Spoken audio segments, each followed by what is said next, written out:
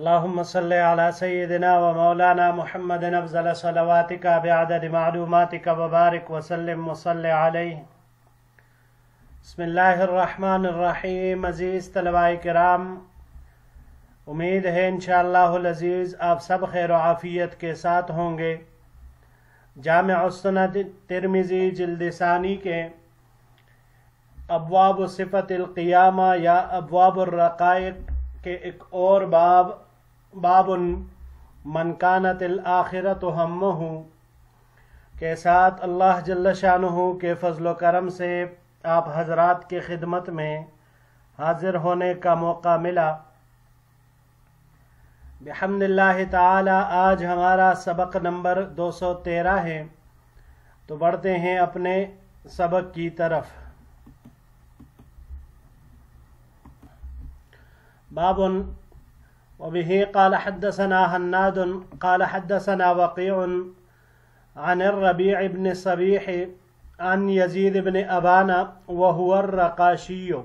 عن انس بن مالك رضی اللہ تعالی عنہ قال، ہمیں روایت کی حناد نے روایت کی وقیع سے، وقیع نے روایت کی ربیع ابن صبیح سے، ربیع ابن صبیح نے روایت کی یزید ابن ابان سے، اور یزید ابن ابان یہ رقاشی ہے جو روایت کرتے ہیں حضرت انس ابن مالک رضی اللہ تعالی عنہ سے کہ حضرت انس رضی اللہ تعالی عنہ نے فرمایا، قال رسول اللہ صلی اللہ علیہ وسلم، کہ حضور نبی کریم صلی اللہ علیہ وسلم نے ارشاد فرمایا، من کانت الآخرۃ ہمہ جعل اللہ غناہ فی قلبہ وجمع لہ شملہ واتتہ الدنیا وہی راغمۃ، جس کا مقصد آخرت کی زندگی ہو تو اللہ جل شانہ اس کے دل میں غنا یعنی قناعت ڈال دیتے ہیں، وجمع لہ شمعہ اور اس کے لیے شیرازہ بندی کر دیتے ہیں، وَأَتَتْهُ الدُّنْيَا وَهِيَ رَاغِمَةٌ اور دنیا اس کے پاس ذلیل ہو کر آتی ہیں۔ وَمَنْ كَانَتِ الدُّنْيَا هَمَّهُ جَعَلَ اللَّهُ فَقْرَهُ بَيْنَ عَيْنَيْهِ وَفَرَّقَ عَلَيْهِ شَمْلَهُ وَلَمْ يَأْتِهِ مِنَ الدُّنْيَا إِلَّا مَا قُدِّرَ لَهُ، اور جس شخص کا مقصد محض دنیا ہو تو اللہ تعالیٰ اس کی دونوں آنکھوں کے درمیان فقر رکھ دیتا ہے اور اس پر اس کے شیرازے کو منتشر کر دیتا ہے، یعنی اسے یکسوئی نہیں حاصل ہوتی، اور دنیا اس کے پاس صرف اتنی ہی آتی ہے جتنی کہ اس کے لیے مقدر ہو۔ وبه قال حدثنا علي بن حشرم قال حدثنا عيسى بن يونس عن عمران بن زائدة ابن نشيط عن أبيه عن أبي خالد الوالبي عن أبي هريرة عن النبي صلی اللہ علیہ وسلم قال، ہمیں روایت کی علی ابن حشرم نے، انہوں نے عیسیٰ ابن یونس سے، انہوں نے عمران ابن زائدہ ابن نشیط سے، وہ اپنے والد سے یعنی زائدہ ابن نشیط سے نقل کرتے ہیں، وہ ابو خالد الوالبی سے، اور وہ حضرت ابو ہریرہ رضی اللہ تعالیٰ عنہ سے، ابو ہریرہ رضی اللہ تعالیٰ عنہ نبی کریم صلی اللہ علیہ وسلم سے نقل کرتے ہیں کہ آپ علیہ السلام نے ارشاد فرمایا، ان اللہ یقول، کہ اللہ جل شانہ فرماتے ہیں، یا ابن آدم تفرغ لعبادتی املأ صدرک غنا واسد فقرک، اے ابن آدم تو میری عبادت کے لیے فارغ ہو جا تو میں تیرے دل کو غنا سے بھر دوں گا اور تیرے فقر کے دروازے کو بند کر دوں گا، وَإِلَّا تَفْعَلْ مَلَأْتُ يَدَيْكَ شُغْلًا وَلَمْ أَسُدَّ فَقْرَكَ، اور اگر تو ایسا نہیں کرے گا تو میں تیرے دونوں ہاتھ محنت اور مزدوری میں بھر دوں گا اور تیرے فقر و فاقہ کو کبھی دور نہیں کروں گا۔ ھذا حدیث حسن غریب، یہ حدیث حسن غریب ہے۔ وَأَبُو خالد الوالبی اسمہ ہرمز، اور ابو خالد الوالبی ان کا نام ہرمز ہے۔ جی عزیز طلباء کرام، اس دنیا سے جس نے بھی دل لگایا تو اس دنیا نے اس کو اپنے دین سے اور اپنے آخرت سے غافل ہی کر دیا ہے۔ ما قبل ابواب میں جس طرح ہم نے پڑھا کہ دنیا کی حرص یہ باعث ہلاکت ہے، تو یہاں پر بھی وہی مضمون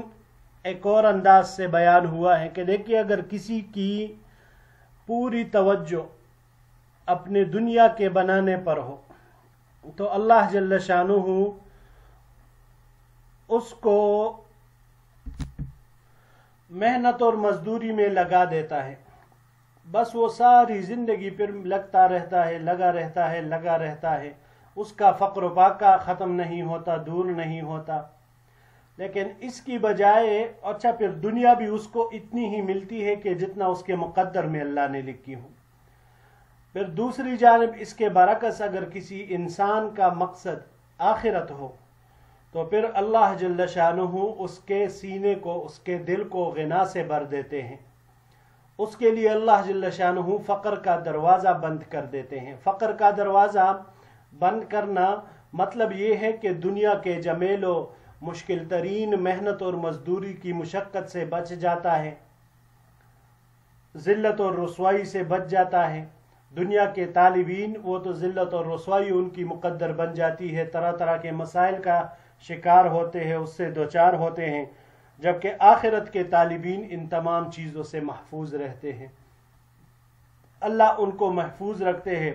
تو معلوم ہوا اور عقل مندی کا تقاضا یہ ہے کہ انسان دنیا کے بجائے اپنے آخرت کی زندگی کو سنوارنے اور بہتر بنانے کی کوشش کرے۔ تو جب آخرت کے بنانے کے اوپر اس کی کوشش اور توجہ ہوگی تو اللہ جل شانہ اس کی برکت سے اس کے دنیا اور آخرت دونوں ہی کامیاب و کامران بنا دیں گے، دونوں میں ہی اسے کامیابی ملے گی۔ بڑھتے ہیں جی اگلے باب کی طرف۔ باب وبه قال حدثنا حناد قال اخبرنا ابو معاوية عن داود بن ابي هند عن عزرة عن حميد بن عبد الرحمن الحميري عن سهد بن هشام عن عائشة رضی اللہ تعالی عنہا قالت، ہمیں روایت کی حناد نے، ان کو خبر دی ابو معاویہ نے، انہوں نے روایت کی داود ابن ابو ہند سے، انہوں نے روایت کی عزرہ سے، انہوں نے حمید ابن عبد الرحمن حمیری سے، انہوں نے روایت کی سعد ابن ہشام سے، اور انہوں نے ام المؤمنین عائشہ صدیقہ رضی اللہ تعالی عنہا سے روایت کی قالت کہ انہوں نے فرمایا کانت لنا قرام ستر فیہ تماثیل علی بابی فرآہ رسول اللہ صلی اللہ علیہ وسلم فقال، ہمارا ایک باریک مختلف رنگوں والا اونی پردہ تھا میرے دروازے پر جس میں کچھ تصویریں تھیں۔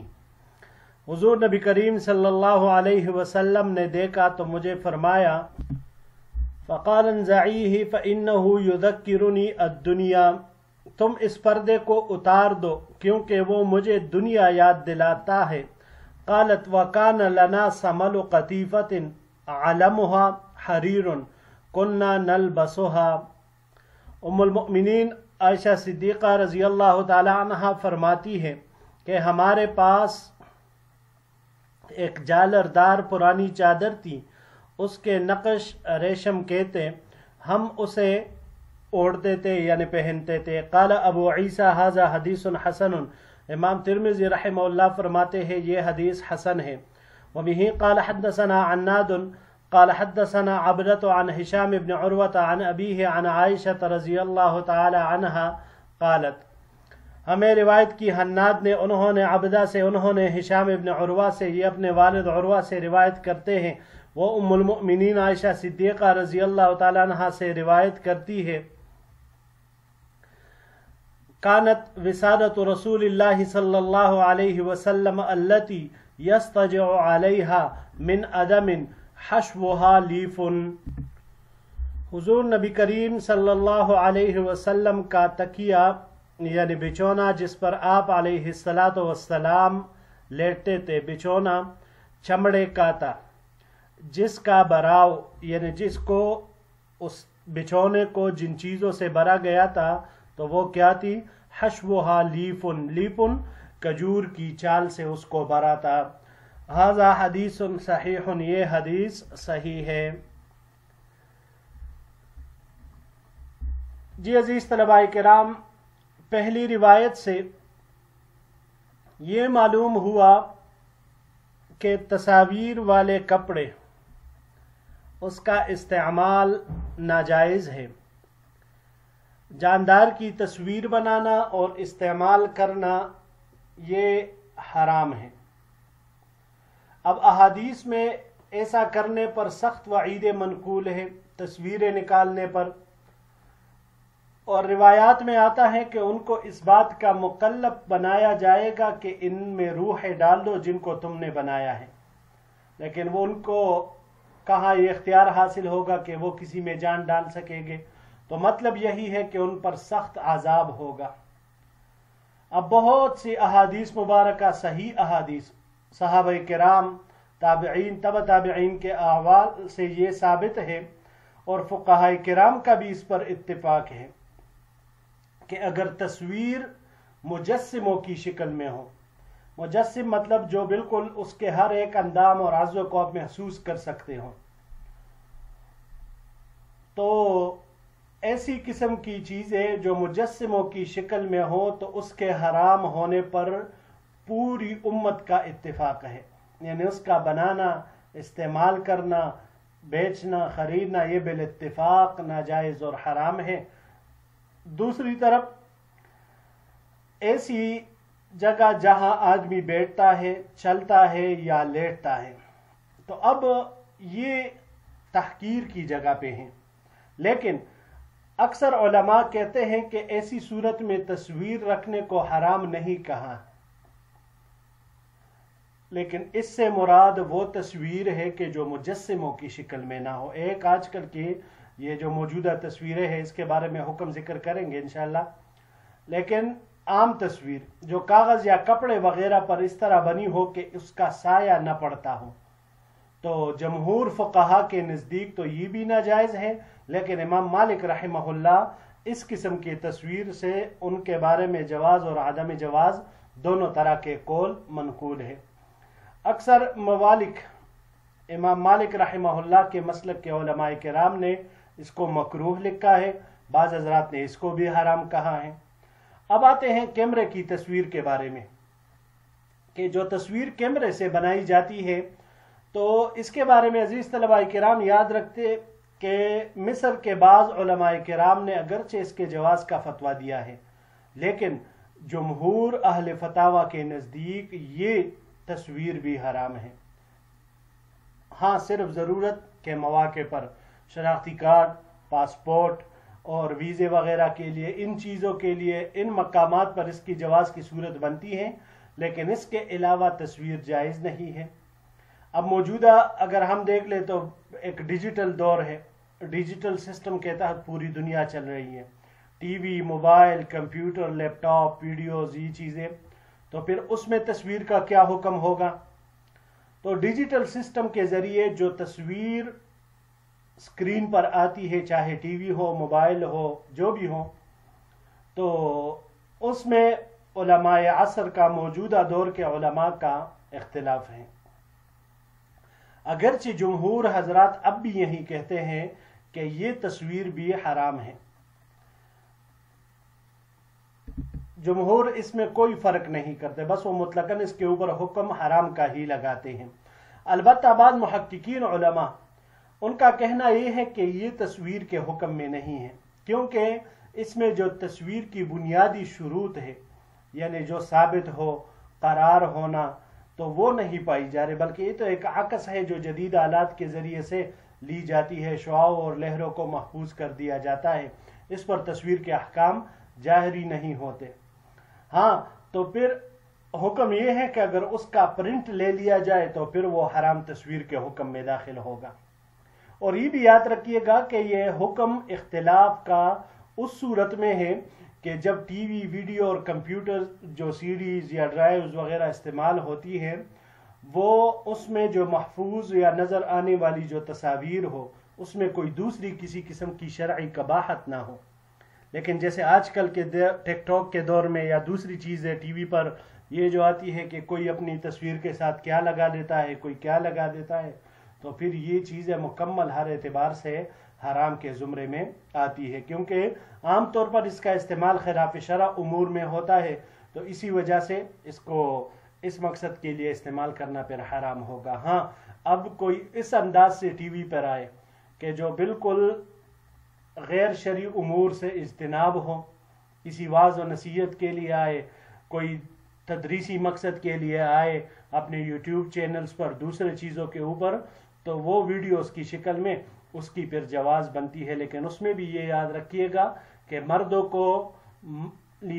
کو دیکھنا جائز ہے، مرد مرد کو دیکھیں گے اور عورت عورت کو، یہ نہیں کہ مرد عورت کو دیکھے اور عورت مرد کو۔ عام زندگی میں جس کی صورت دیکھنا جائز ہے تو ویڈیو میں بھی اس کو دیکھ سکتے ہیں، اور عام زندگی میں جس کو دیکھنا جائز نہیں تو ویڈیو میں بھی اس کا دیکھنا جائز نہیں ہے۔ بڑھتے ہیں جی اگلے باب کی طرف۔ باب وبه قال حدثنا محمد بن بشار قال حدثنا يحيى بن سعيد عن سفيان عن ابي اسحاق عن ابي ميسر عن عائشة رضی اللہ تعالی عنہا۔ ہمیں روایت کی محمد بن بشار نے، انہوں نے یحییٰ بن سعید سے، انہوں نے سفیان سے، انہوں نے ابو اسحاق سے، انہوں نے ابو میسرہ سے، انہوں نے ام المؤمنین عائشہ صدیقہ رضی اللہ تعالی عنہا سے روایت کی انہم ذبحوا شاطن، انہوں نے ایک بکری ذبح کی۔ فقال النبی صلی اللہ علیہ وسلم ما بقی منہا، تو حضور نبی کریم صلی اللہ علیہ وسلم نے پوچھا کیا اس میں کچھ باقی ہے، کچھ بچا ہے اس میں؟ قالت ما بقی منہا الا کتفھا، حضرت عائشہ صدیقہ رضی اللہ تعالی عنہا نے عرض کیا کہ اس میں صرف دستی کا گوشت بچا ہے۔ قال بقی کلھا غیر کتفھا، آپ علیہ الصلاۃ والسلام نے فرمایا کہ باقی سارا جو صدقہ کیا وہ باقی ہے سوائے اس کے دستی کے گوشت کے، یعنی جسے صدقہ نہیں کیا گیا وہ باقی نہیں ہے، اور جو اس کو تم نے صدقہ کر دیا وہ باقی ہے۔ ھذا حدیث صحیح، یہ حدیث صحیح ہے۔ وہ ابو میسرہ جن کا ذکر یہاں پہ آیا، جنہوں نے ام المؤمنین سے روایت نقل کی ہے، هو الحمدانی اسمہ عمرو بن شرحبیل، یہ حمدانی ہے اور ان کا نام عمر بن شرحبیل ہے۔ باب وبه قال حدثنا هارون بن اسحاق الحمدانی قال حدثنا عبدة عن هشام بن عروة عن أبيه عن عائشة رضی اللہ تعالی عنہا قالت، ہمیں روایت کی ہارون بن اسحاق حمدانی نے، انہوں نے عبدہ سے، انہوں نے ہشام بن عروہ سے، یہ اپنے والد عروہ سے نقل کرتے ہیں، وہ ام المؤمنین عائشہ صدیقہ رضی اللہ تعالی عنہا سے کہ انہوں نے فرمایا ان کننا آل محمد نمکث شہرا ما نستوقد نارا ان هو الا الماء والتمر، کہ بے شک ہم اہل بیت ایک ایک مہینہ اس طرح گزار دیتے تھے کہ ہم آگ تک نہ جلاتے اور ہماری خوراک صرف پانی اور کھجور ہوتی۔ ھذا حدیث صحیح، یہ حدیث صحیح ہے۔ جی عزیز طلباء کرام، پہلی روایت سے یہ بات معلوم ہوئی کہ انسان اللہ کے راستے میں جو بھی چیز صدقہ کرے تو اللہ کے ہاں محفوظ ہو جاتی ہے اور اسے کبھی بھی زوال نہیں آتا، اس میں کمی نہیں آتی۔ لیکن جو چیز اپنے پاس انسان رکھ کے اس کو صدقہ نہ کرے تو ایک نہ ایک دن اس نے ختم ہی ہو جانا ہے۔ قرآن کریم میں جو آیت ہے ما عندکم ینفد وما عند اللہ باق، جو تو کچھ تمہارے پاس ہے وہ ختم ہو جائے گا، لیکن جو اللہ کے پاس ہے وہ ہمیشہ باقی رہے گا۔ اور آخری روایت میں ام المؤمنین عائشہ صدیقہ رضی اللہ تعالی عنہا فرماتی ہیں کہ ہم پر مہینے اس طرح گزر جاتے تھے کہ پانی اور کھجور کے سوا اور کوئی بھی شے ہمارے پاس کھانے کو نہیں ہوتا۔ تو اس سے معلوم ہوا کہ انسان کو کھانے پینے کی جو کچھ بھی روکی سوکھی چیز جس طرح بھی میسر ہو جائے اس پر قناعت کرنا چاہیے، اور ہر وقت کھانے کی فکر میں رہنا، اس میں تکلف کرنا، یہ چیز یہ درست نہیں ہے۔ جی عزیز طلباء کرام، یہی تک ہمارا آج کا درس تھا۔ انشاءاللہ العزیز زندگی رہی تو اگلے درس میں ایک نئے باب کے ساتھ پھر آپ کی خدمت میں حاضر ہوں گے۔ السلام علیکم ورحمۃ اللہ وبرکاتہ۔